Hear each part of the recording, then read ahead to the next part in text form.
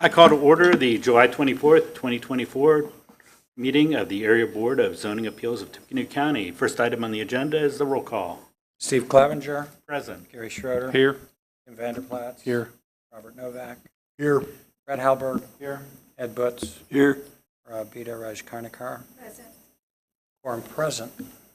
Thank you. Next item is approval of the meetings from the previous meeting. I move to approve the minutes from the June 26, 2024 BZA public hearing as submitted. I second. Have a motion and a second. Any comments or corrections? Hearing none, all in favor? Aye. Opposed? Motion carries. New business. Our single case BZA 2163 is ready to be heard. Thank you. Apologies. Yeah, just as a note, we do have a withdrawal, BZA 2164, and then we have two dismissed cases, which we explain as change in the ordinance has prevented them from advancing. So they were dismissed and their submission fees refunded.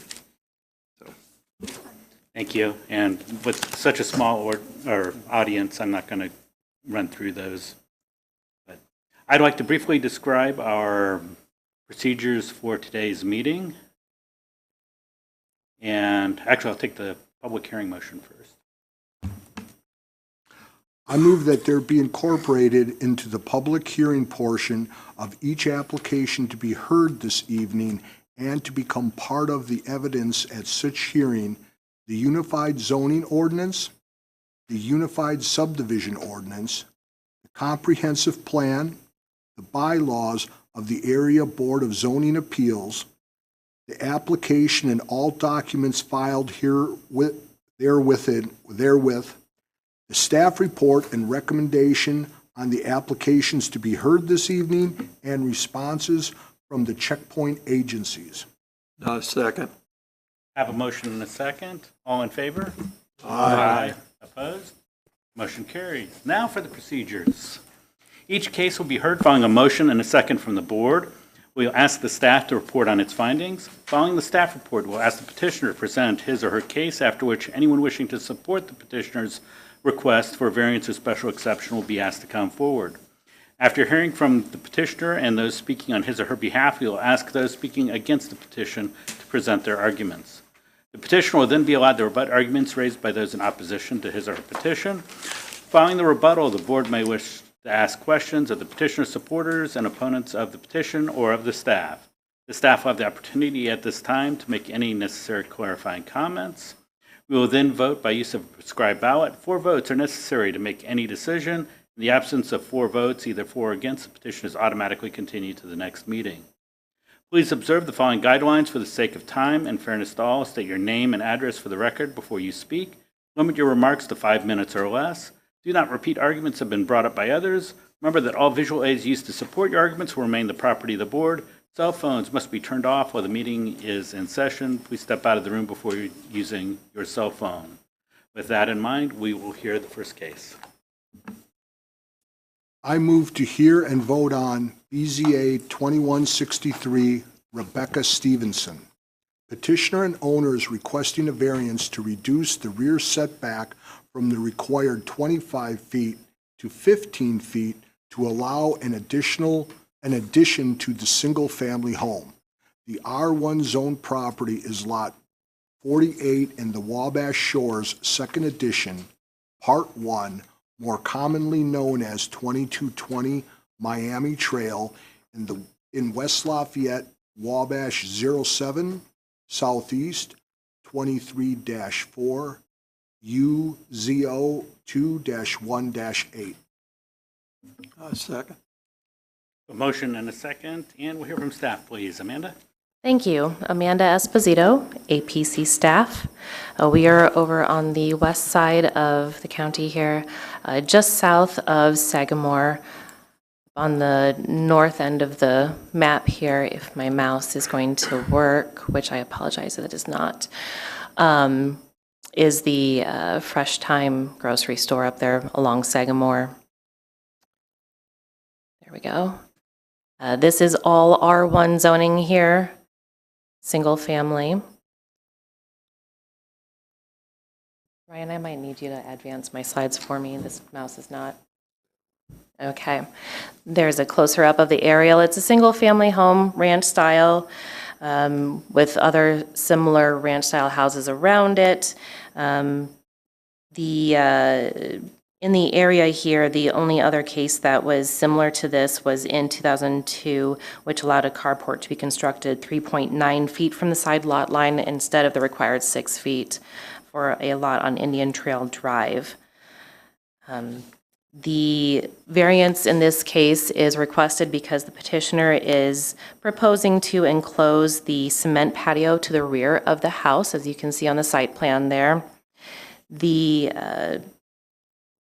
proposal would place the house, which is the primary building on the site, closer than the required 25 feet. Accessory uses can be a little bit closer to lot lines, but it would have to be detached from the house to be considered an accessory building. Because it's attached to the house, it is considered to be part of the primary building and has to meet that 25-foot setback. So they're asking for 15 feet so that they can enclose that porch. There is a platted easement along the back lot line, but with this 15-foot setback, they still would not encroach into that easement, so there are no issues there. The UZO in this case might create a practical difficulty, but there is no hardship in this case that would necessitate the requested variance. So for that reason, not being able to find an unusual or unnecessary hardship as defined by the zoning ordinance, we were not able to support this request, and I am happy to answer any questions. Thank you. Petitioner, his or her representative.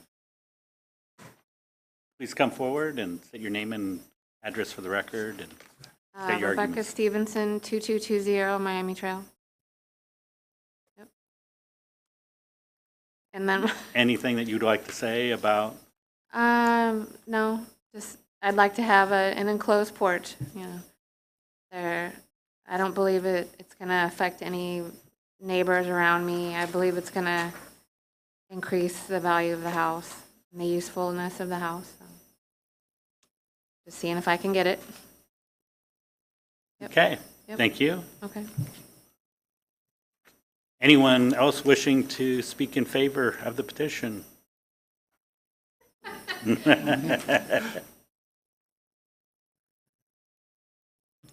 Hugh Gardner, 2220 Miami Trail, spouse of the applicant.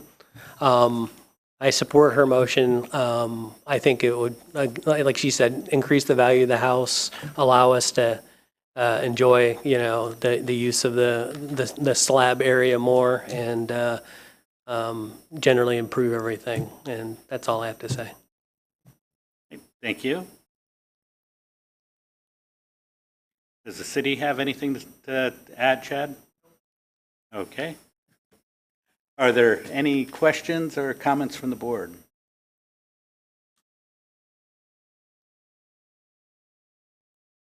Hearing none, we have a ballot.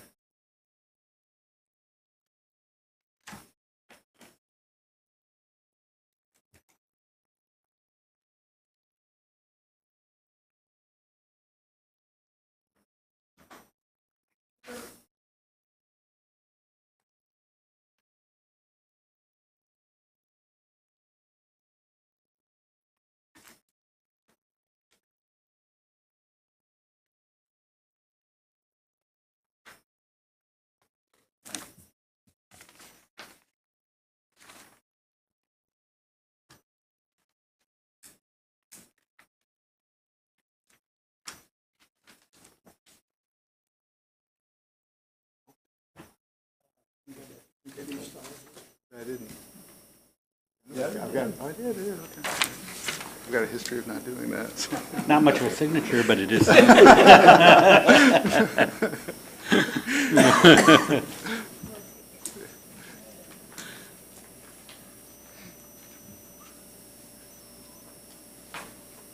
Seven ballots cast, all seven in favor. The variance is granted.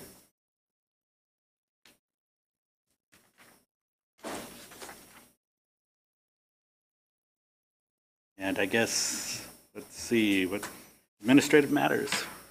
None? Unless any member has an objection, the chair will order the findings of each member casting a vote for the majority decision of the board to be the collective findings of the board in support of the decision of the board. Hearing none, it is so ordered. And I'll take the last motion. I move to adjourn. We're adjourned. Thank you very much.